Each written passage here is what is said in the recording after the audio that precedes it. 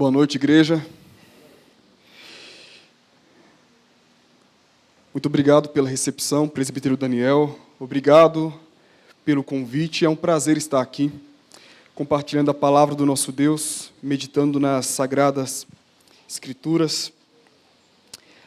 A palavra do Senhor é rica, poderosa, para nos ensinar a vontade de Deus, aquilo que o Senhor requer de todos nós.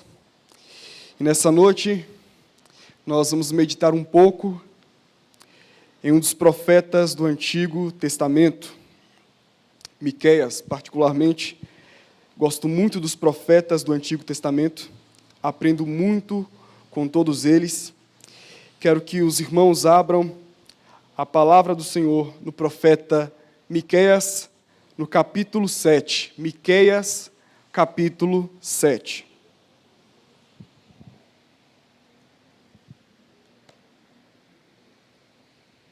Hoje pela manhã eu fiz uma apresentação, para quem não me conhece, Diego Martins, sou pastor auxiliar ali na Igreja Presbiteriana do Guaraú, juntamente com o pastor Gustavo Vila.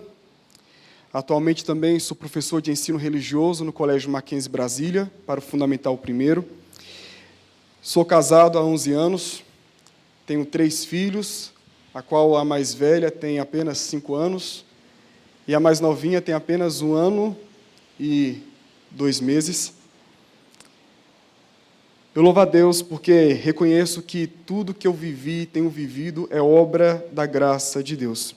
Sou de Minas Gerais, mineiro, Patos de Minas, e com 18 anos de idade eu fui para o Instituto Bíblico Eduardo Lene, IBEL, porque Deus já havia colocado em meu coração missões, a palavra dele, a divulgação do reino dele, e ali fiquei 3 anos, naquele instituto, juntamente com minha, hoje, atual esposa, antes namorada, depois noiva.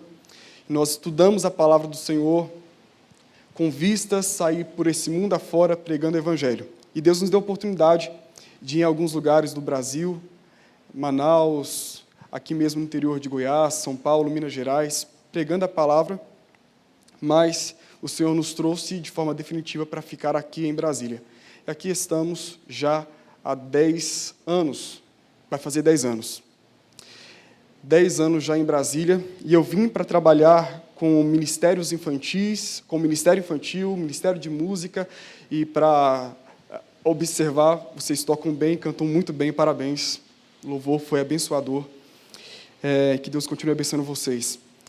E Deus tem nos abençoado, Deus tem nos dado graça de estar aqui neste lugar. Eu louvo a Deus, então, imensamente, pela vida, pela salvação, por conhecer quem Ele é. Antes de ler o texto, a pergunta que eu faço para você, a título já de meditação é: qual a diferença que há entre ver e enxergar? Numa primeira observação, de primeira instância, ver e enxergar seria apenas um jogo de palavras, porque nós usamos como sinônimos, como equivalentes.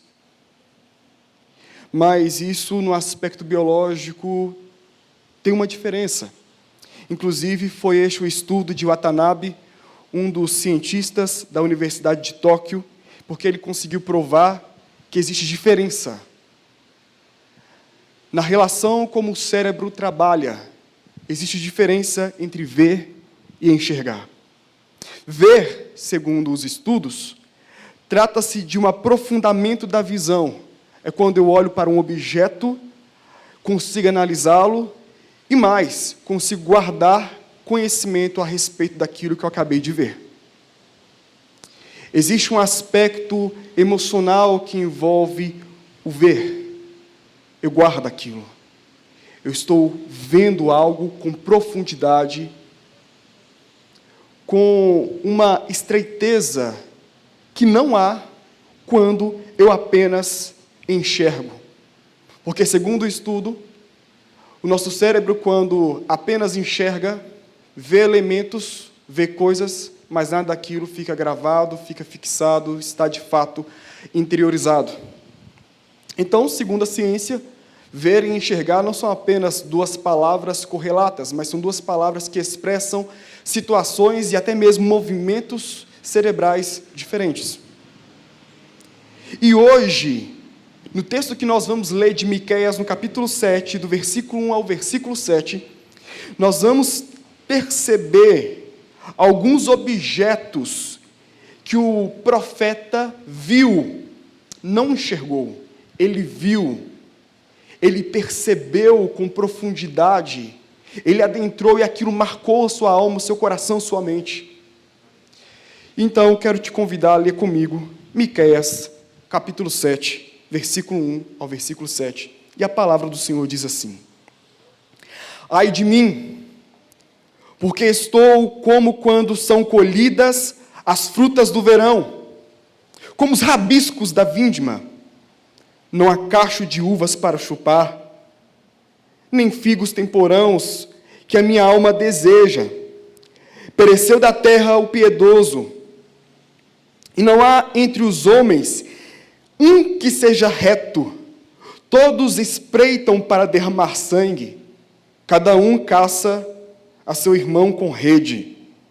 As suas mãos estão sobre o mal e o fazem diligentemente.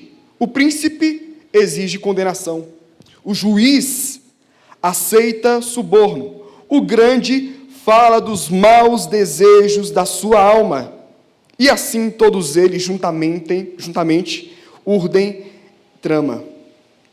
O melhor deles é como um espinheiro, o mais reto é pior do que uma sebe de espinhos. É chegado o dia anunciado por tuas sentinelas, o dia do teu castigo, aí está a confusão deles. Não creais no amigo, nem confieis no companheiro, guarda a porta de tua boca, aquela que reclina sobre o teu peito, porque o filho despreza o pai, a filha se levanta contra a mãe, a nora contra a sogra, os inimigos do homem são os da sua própria casa. E ele diz assim no final: eu, porém, olharei para o Senhor e esperarei no Deus da minha salvação.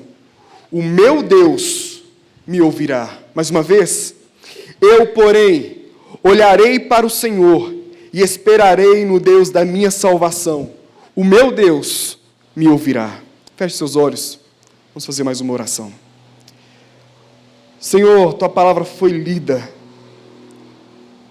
Nós dependemos da tua misericórdia para entender.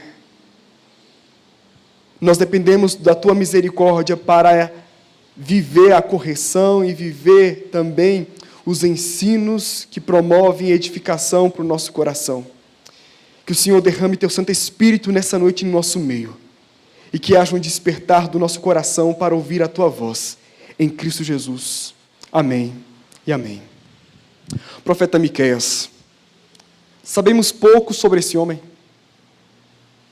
Talvez tudo que sabemos dele é que o seu nome significa quem há como Yahvé.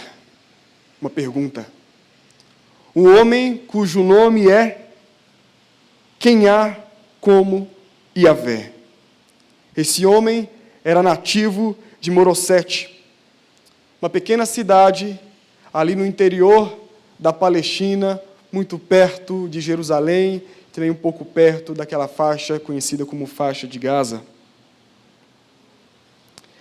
Miqueias se levanta como um profeta durante o reinado dos reis Jotão, Acás e Ezequias.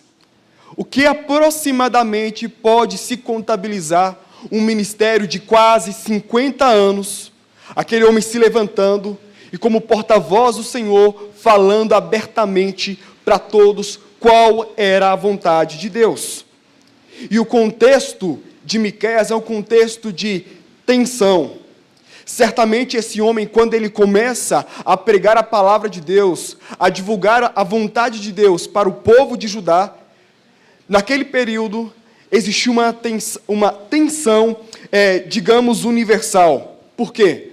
Porque a grande potência daquela época, a Síria, estava se levantando, subjugando os pequenos povos, as pequenas nações, e por onde a Síria passava, ela deixava uma marca de dor, de caos, morte, sangue, miséria.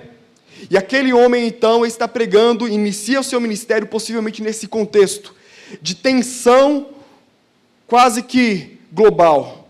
Uma grande nação se levanta para destruir. E, de fato, eles se levantaram e em 722 eles conseguiram destruir o reino de Israel.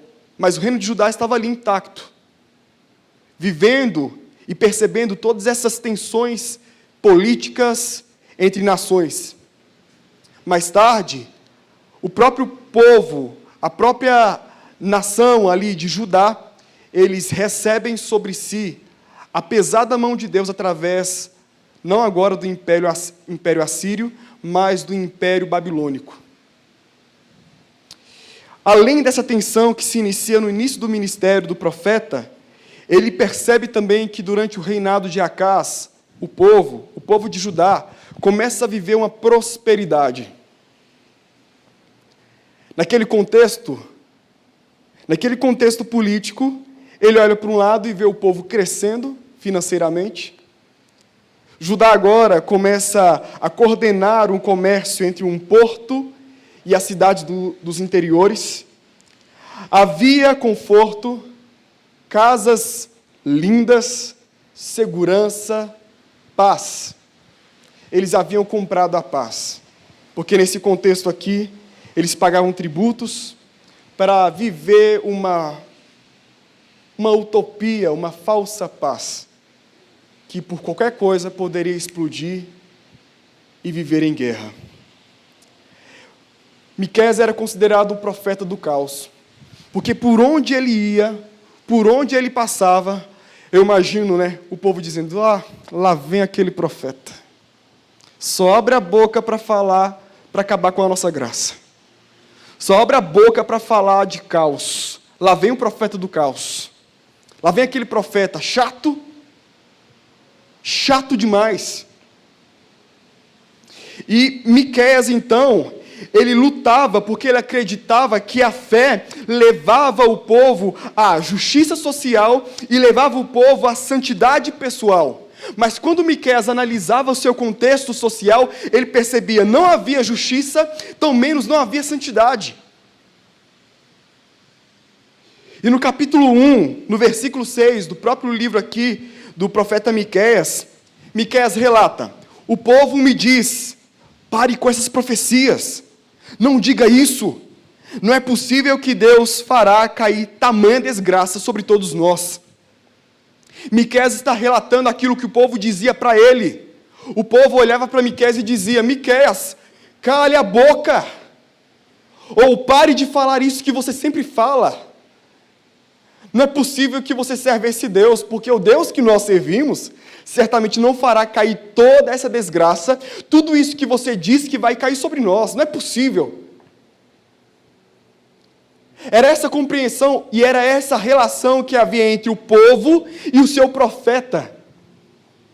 E Miqueias fez um diagnóstico muito preciso de Judá, porque ainda no capítulo 1, no versículo 11, Miqueias diz assim, se houver alguém que, seguindo o vento de falsidade, mentindo, diga, eu profetizarei do vinho e da bebida forte, será este o tal profeta que vocês tanto querem. Olha aí, Miqueias faz uma análise perfeita do povo, dizendo, olha, se existir um profeta em nosso meio, se levantar um homem em nosso meio, que seguindo o vento de falsidade e mentira, começa a profetizar a respeito de coisas que vocês querem ouvir, certamente vocês seguirão esse homem, porque esse é o profeta que vocês querem, esse é o homem que vocês estão atrás dele. E na sua sensibilidade de profeta, ele conseguia ver o que ninguém mais via. Todos, tanto o povo como o profeta, estavam na mesma situação de vida, estavam no mesmo contexto social, estavam diante de uma mesma realidade política, estavam diante de uma mesma realidade religiosa, todos eles estavam diante de uma mesma realidade de vida, contudo, existia uma leitura diferente. O povo olhava para tudo aquilo e ficava feliz. O povo estava feliz porque havia prosperidade, havia paz, havia alianças políticas. Miqueias olhava para tudo aquilo e ele ficava entristecido, E ele se levantava como porta-voz do Senhor e acusava e mostrava o erro. A mesma realidade, leituras diferentes. A mesma realidade, percepções diferentes. O povo não conseguia ver aquilo que o profeta via. O profeta, em sua sensibilidade, ele lê toda a situação que aquele povo estava inserido. E de forma muito prática, o livro do profeta Miqueias pode ser reduzido em algumas afirmações. Para Miqueias, Judá estava afundada em pecados. Para Miqueias, Judá era uma massa de feridas em estado de putrefação. Para Miqueias, a situação de Judá a levaria ao desespero por reconhecer que Deus pesaria a mão sobre eles.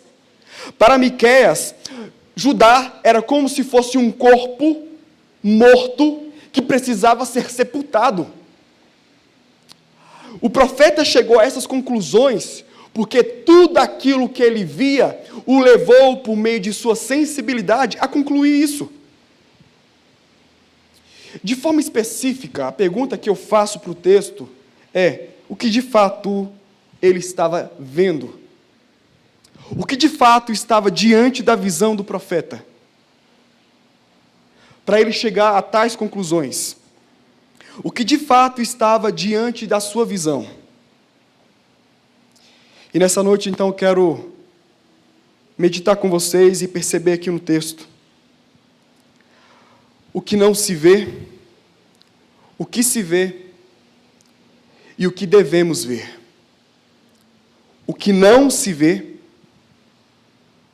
o que se vê e o que devemos ver.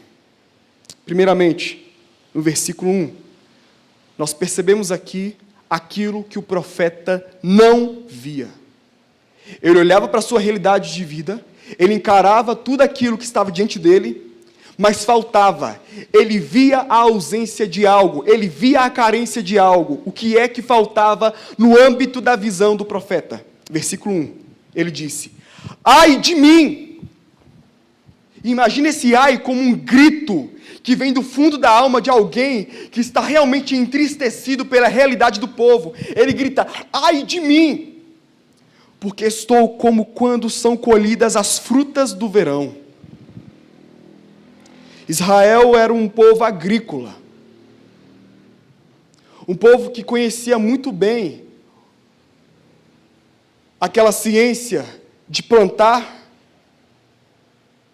regar, esperar o tempo certo, ver crescer e por fim colher o fruto.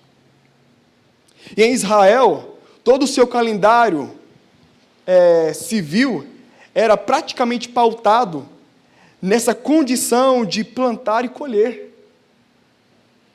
E existia o tempo em que todo o povo, toda a nação se reunia para comemorar e celebrar os primeiros frutos. Os primeiros frutos eram colhidos, eram entregados como dízimo. Eles celebravam porque Deus fazia crescer o fruto naquela terra que era próspera, terra que manava leite e mel. Só que naquela época também, assim como hoje, alguns frutos não chegavam ao processo de amadurecimento no tempo previsto. Às vezes chegava ali o tempo da colheita, eles iam, colhiam as uvas, colhiam os figos, mas alguns frutos ainda no pé estavam verdes. Sabe o que eles faziam? Eles esperavam o tempo, porque no final do verão, certamente, aqueles frutos estariam prontos para serem comidos.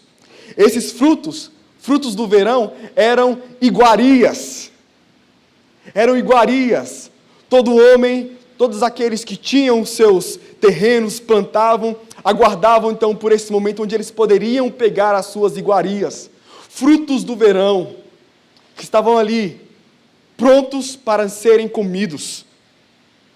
E o profeta, ele se identifica como esse homem, que anda entre a vinha, que anda entre a parreira e a figueira, procurando um fruto que fora deixado ali, que agora esteja maduro, pronto para ser apreciado, mas ele não encontra.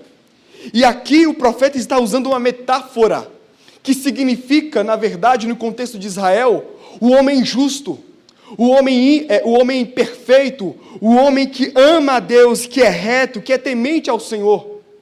E o profeta anda no meio de Judá procurando esse fruto, procurando esse homem, essa pessoa que ainda serve ao Senhor, que ainda não dobrou os joelhos diante de Baal, diante de qualquer outro deus daquela época.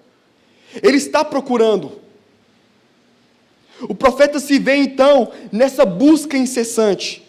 Talvez a experiência dele se iguala àquilo que aconteceu com o salmista que compôs o Salmo de número 12, quando no versículo 1 ele diz: socorro, Senhor, porque já não há homens piedosos, desapareceram os fiéis entre os filhos dos homens.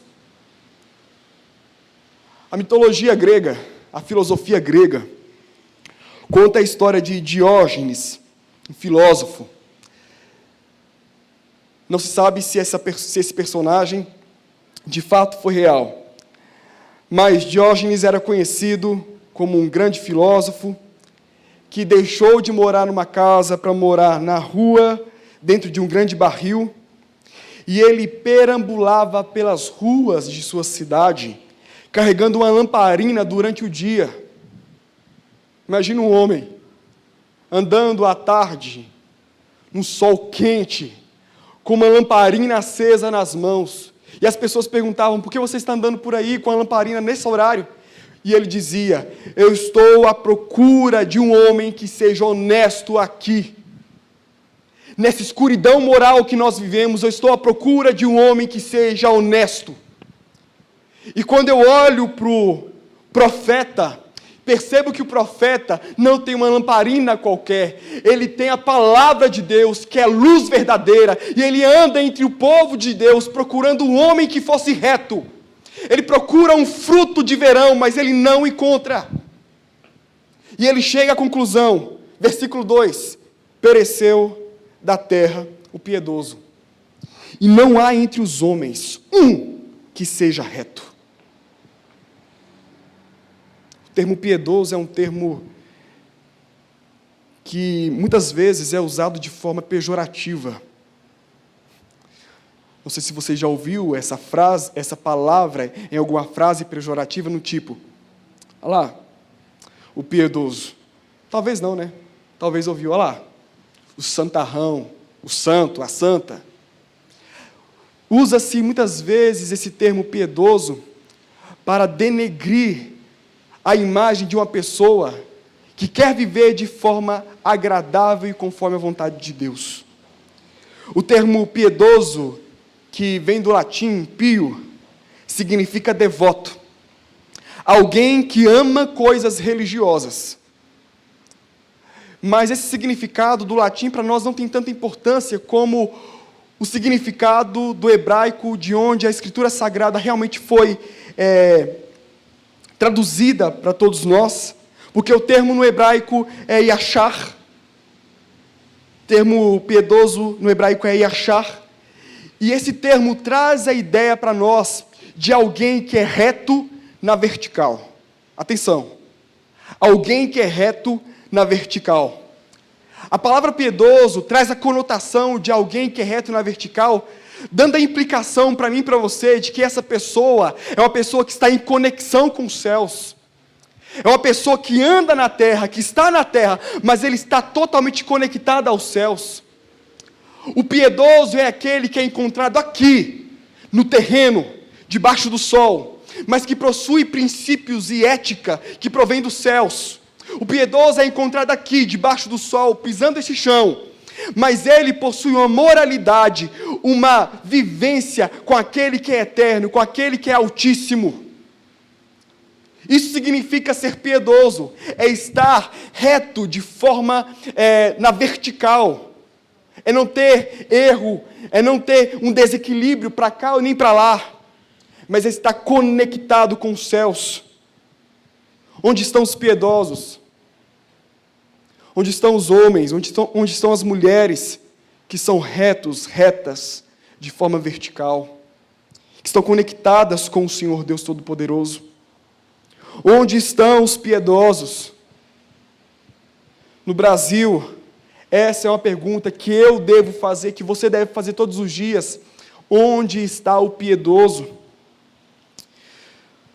O Instituto Brasileiro de Geografia e Estatística, IBGE, no ano de 2000, constatou: a população evangélica naquele ano era 42 milhões. Os anos se passaram. Em 2020, o ano passado, mesmo em tempos de pandemia, Datafolha constatou: 31% da população brasileira hoje é evangélica. Isso equivale a 65,4 milhões de pessoas. O número é grande. E a grande ideia dessas pesquisas é que, em alguns anos, o grupo evangélico no Brasil vai superar o catolicismo. E a pergunta que eu faço para esse triste número, eu digo por que triste. É triste porque o número é grande, mas o resultado é tão pouco. O número é grande, mas a pergunta permanece sem resposta, ou permanece com a resposta triste. Onde está o piedoso? Onde estão os piedosos? O número cresce. Cada ano o número crescerá. E a pergunta permanece: onde estão os piedosos? Para entristecer mais o nosso coração, a Receita Federal, entre 2010 até 2017, constatou: 25 igrejas são formadas diariamente no Brasil. O que contabilizou, nessa parte do tempo, 67 mil novas igrejas, novos templos, novos salões. 67 mil. E quando nós andamos pelas ruas de Brasília, nós percebemos que isso é verdade. Em cada rua, às vezes, uma igreja, duas, até mais. E aí, a pergunta permanece: onde estão os religiosos? Ou melhor, onde estão os piedosos? A resposta seria: está ali naquela igreja. Não, está naquela outra igreja. Mas será que está mesmo? Na política, em 1990, a gente tinha 23 representantes que se declaravam evangélicos na Câmara dos Deputados. Em 2010, esse número pulou para 65. E em 2020, esse número pula para 105. Isso representa 20% do nosso Congresso. A pergunta que eu faço para mim e para você é: onde estão os piedosos? O número de evangélicos crescem, o número de templos crescem, o número de representação cresce, mas a pergunta continua a mesma: onde estão os piedosos? Piedosos, segundo a Bíblia, podemos citar alguns nomes: Enoque, Noé, Elias, os profetas em geral, Estevão, Pedro, Silas, Paulo, o próprio Jesus, a igreja primitiva. Quantos homens se levantaram nessa terra e mostraram e evidenciaram para o mundo que eles eram retos na vertical, que eles tinham contato com o Senhor, que eles eram os íntimos do Senhor Deus Todo-Poderoso.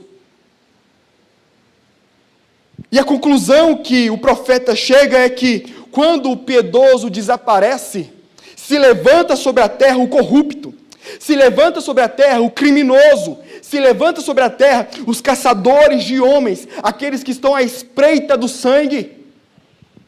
Quando o piedoso morre, ou quando o piedoso desaparece, existe um levantar, existe uma promoção daquele que é mau, daquele que ama o sangue.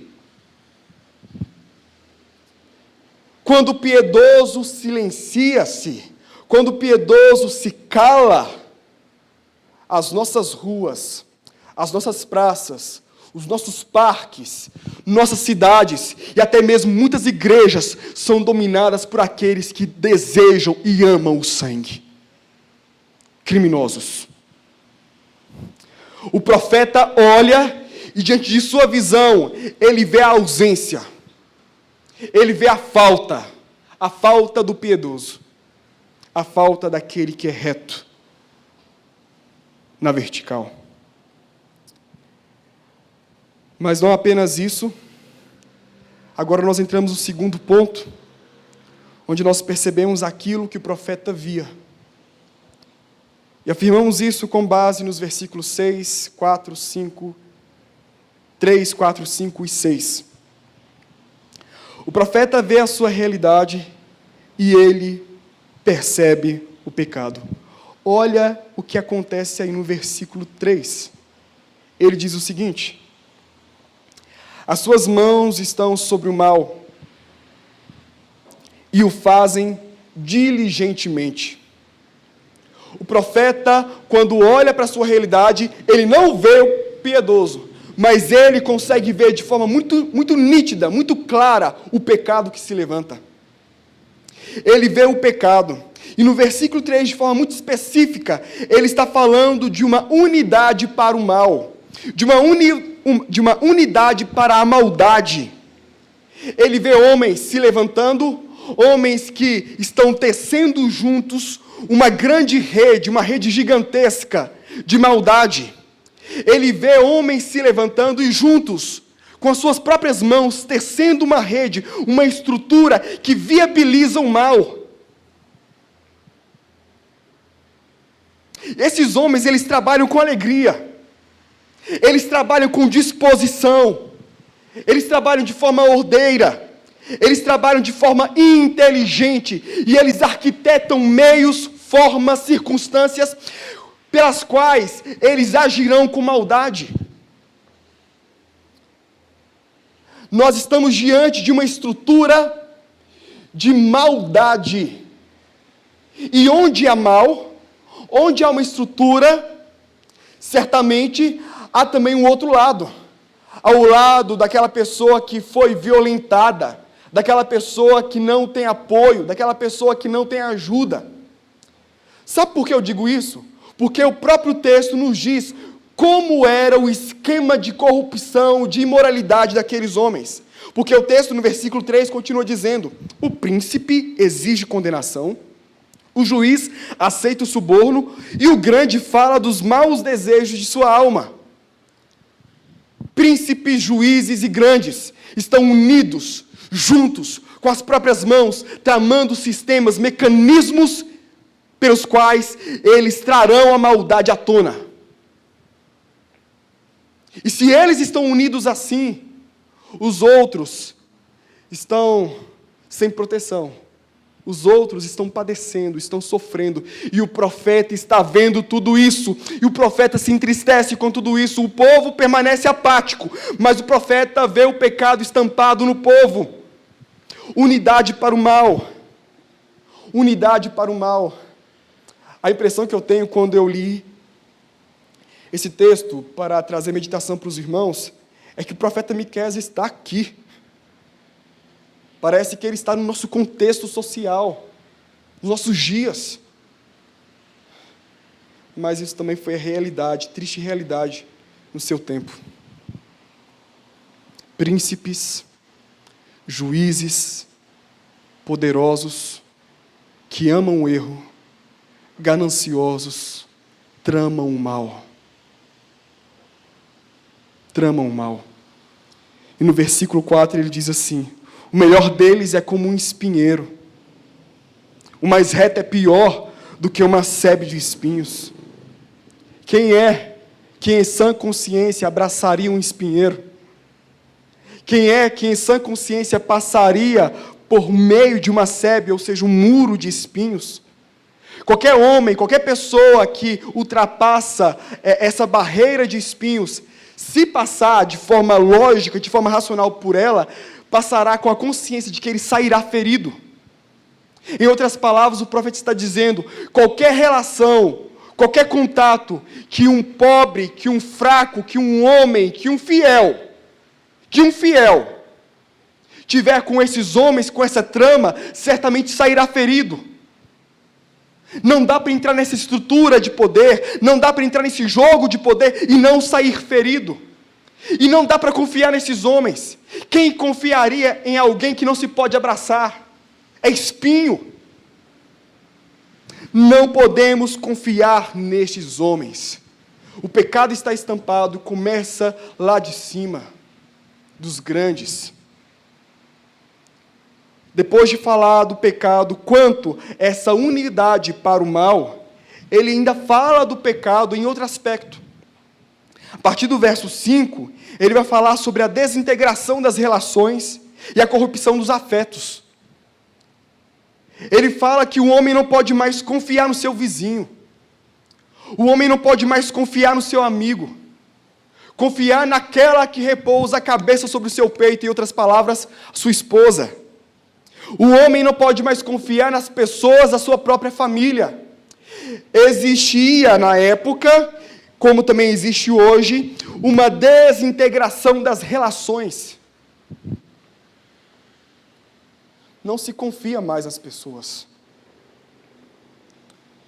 Nós vemos em Brasília, né? Brasília tem um contexto muito diferente de algumas cidades dos interiores. Quando nós falamos do vizinho, pelo menos eu lembro no meu contexto de interior, eu conhecia o vizinho, eu entrava na casa do vizinho, era aqueles programas, né, de TV, pegava uma xícara de café no vizinho, existia intimidade, o vizinho era uma extensão da nossa casa. No contexto de Brasília isso muda.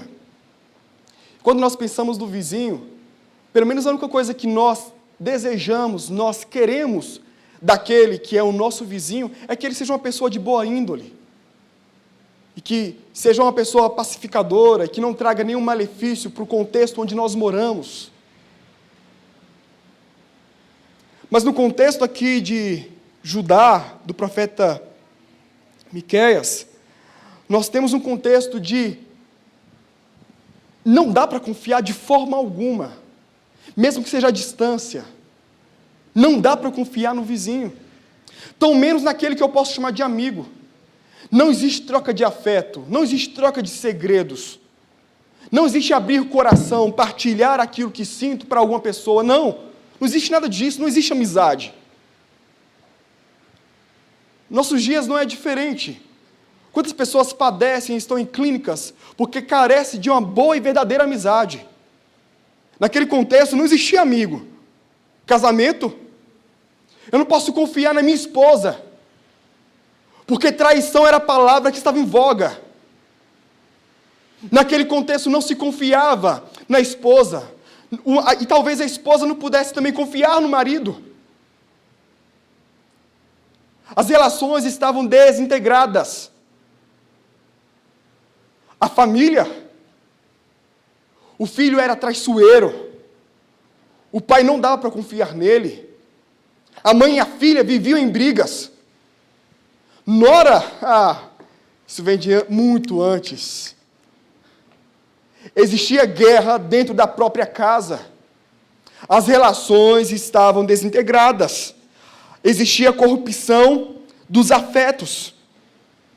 E é interessante observar que o próprio Jesus, para falar a respeito do cristianismo e do contexto em que os cristãos viverão no futuro, Jesus Cristo usa as mesmas palavras de Malaquias, sobre essa desintegração dos afetos, das relações. Jesus usa por 3 vezes em Mateus 10, 35, em Marcos 13, 12 e em Lucas 12, 53, ele usa essa expressão que aparece aqui em Miqueias, para falar a respeito do contexto que os cristãos também viveriam. O profeta, diante dele, ele encara a maldade, a unidade dos homens para o mal, e ele encara a desintegração das relações.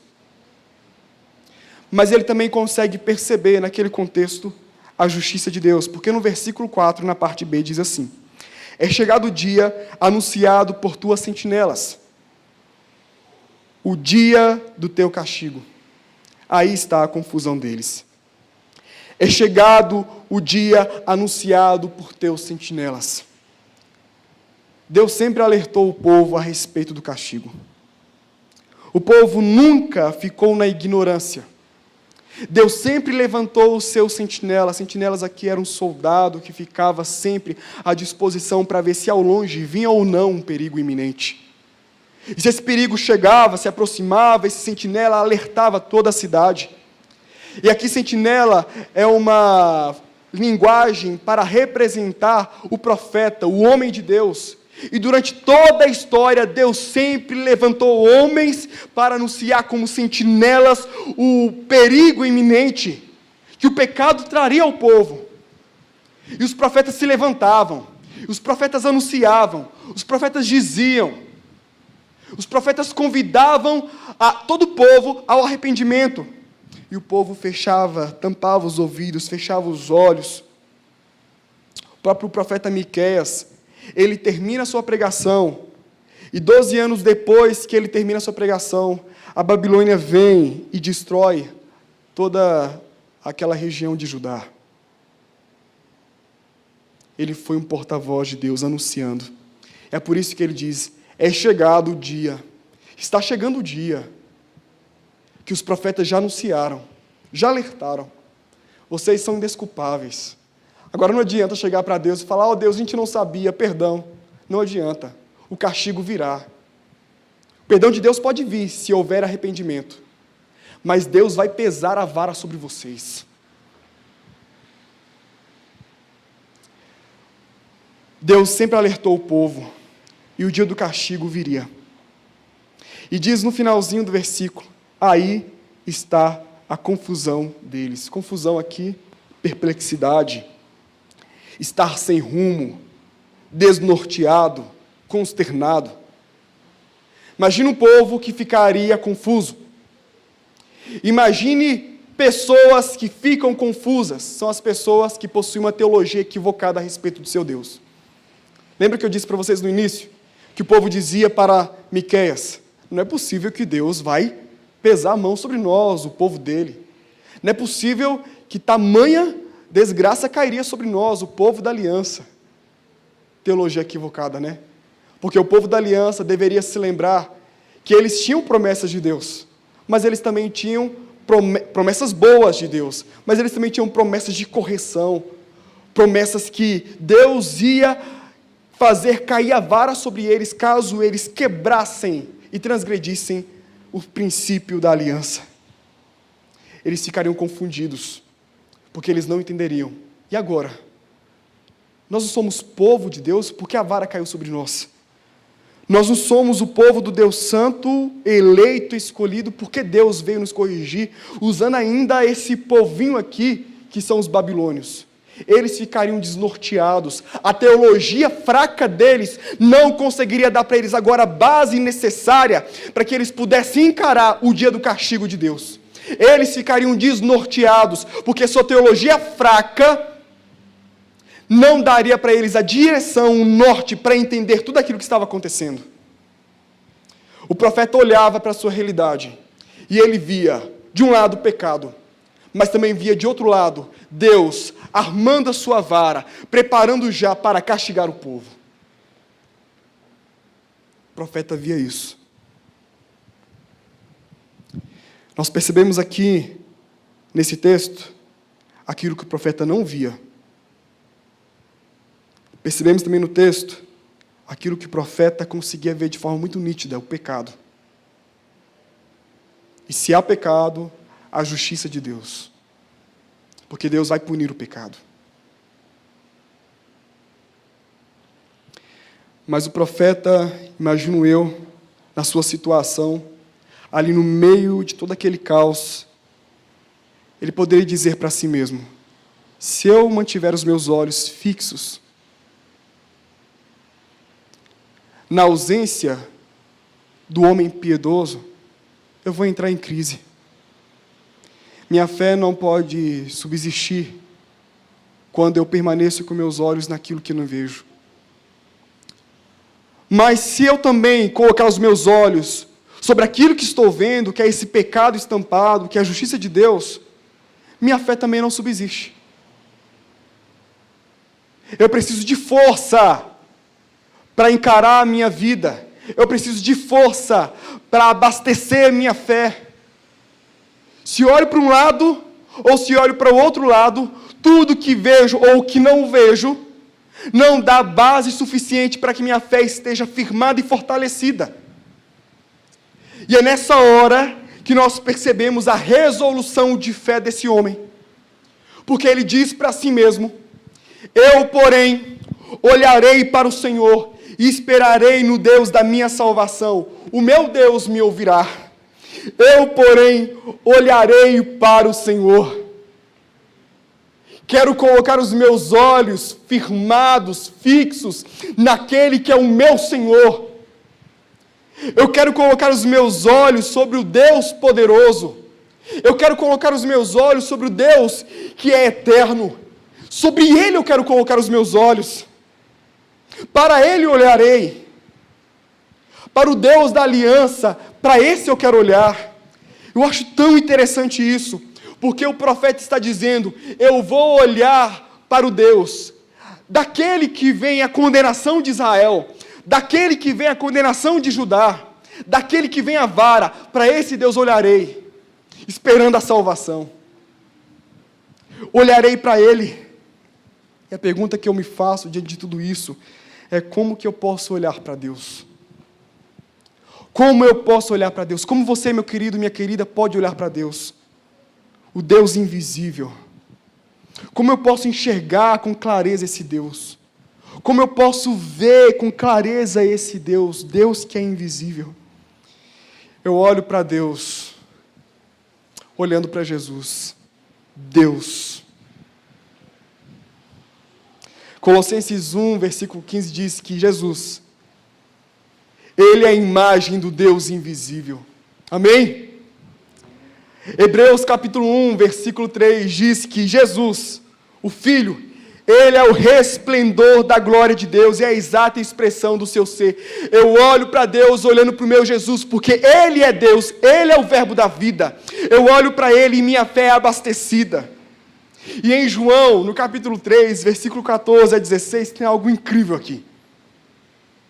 Algo que aquece o meu e o seu coração, porque diz assim: da mesma forma como Moisés levantou a serpente no deserto, assim também é necessário que o Filho do Homem seja levantado, para que todo que nele crê tenha vida eterna, porque Deus amou o mundo de tal maneira que deu o seu Filho unigênito, para que todo aquele que nele crê não pereça, mas tenha a vida eterna. Em outras palavras, o texto está dizendo para nós que Jesus Cristo, Ele foi levantado, Ele foi pregado na cruz, e todos aqueles que olham para Jesus, todos aqueles que têm um olhar fixado na pessoa de Jesus, certamente ele está vendo a obra de Deus, ele vê o próprio Deus, ele vê Deus, e ele é abastecido em sua fé e em sua esperança. Eu, todavia, olharei para o Senhor, meu Deus. Eu quero olhar para esse Senhor, e quero que meu olhar não se desvie nem para a direita, nem para a esquerda, quero que olhe para Ele, para o meu Senhor. E ele continua dizendo, qual a sua resolução de vida? Olharei para o Senhor e esperarei em Deus, o meu Salvador. Esperar aqui é ter esperança. Esperança de algo melhor. Esperança de um futuro melhor. Esperança de salvação. E no contexto de Miqueias, eu chamo a sua atenção para um detalhe que tem aqui no texto. Ele está dizendo: terei esperança em Deus. Esperarei em Deus a salvação. Mas salvação de quê mesmo? O contexto que Miqueias escreve o seu texto, Judá ainda não foi subjugada. Judá ainda não tinha sido alcançado pela vara. A vara estava sendo preparada.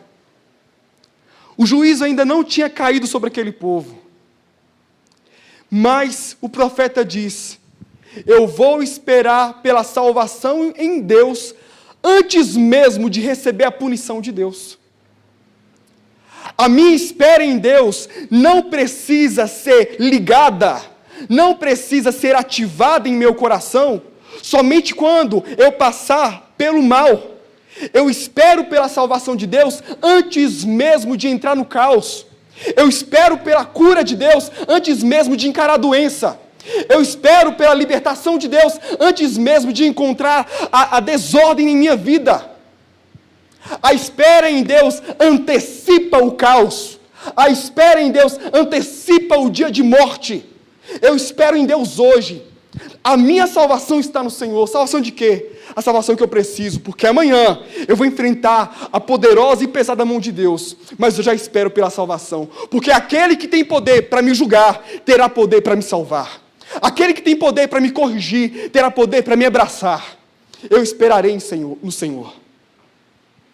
Só que às vezes, a ordem religiosa pela qual queremos viver é: eu passo pelo caos, ativo a esperança. Não. Ative a esperança, mesmo que hoje, aparentemente, o caos não esteja tão perto assim. Espere no Senhor. Espere pela salvação dEle. Espere pela cura dEle. Espere pela transformação que Ele pode trazer para a sua família, para a sua casa.